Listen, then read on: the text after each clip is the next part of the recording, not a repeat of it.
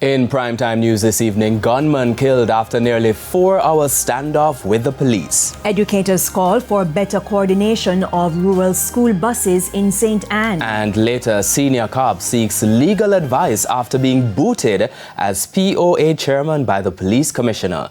Good evening and welcome to Primetime News, and a special welcome to our viewers on TVJ International in the Cayman Islands and online at onespotmedia.com. I'm Archibald Gordon. And I am Andrea Chisholm. Coming up in business news, VM Investments reports consolidated revenue of $1.3 billion in the first 6 months of 2025.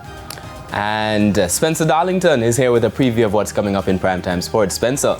Thank you, Archie. One of our experts assesses the chances of Jamaica's women in the 100 meters at the upcoming World Championships in Tokyo, Japan. We'll tell you more in Primetime Sports later.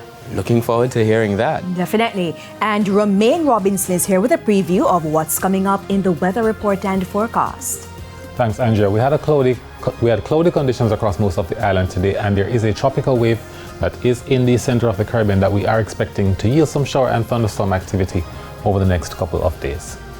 He'll have more in the weather report and forecast later on. There's also sports commentary and E-Prime in this newscast. But before the break, the feedback question. This evening we're asking, what are your predictions for the Reggae Boys versus Trinidad and Tobago match at the National Stadium? And we're biased this evening, so we want to hear good news. You can share your comments online, facebook.com/Television Jamaica, and you can post, as always, on X at TVJ News Center.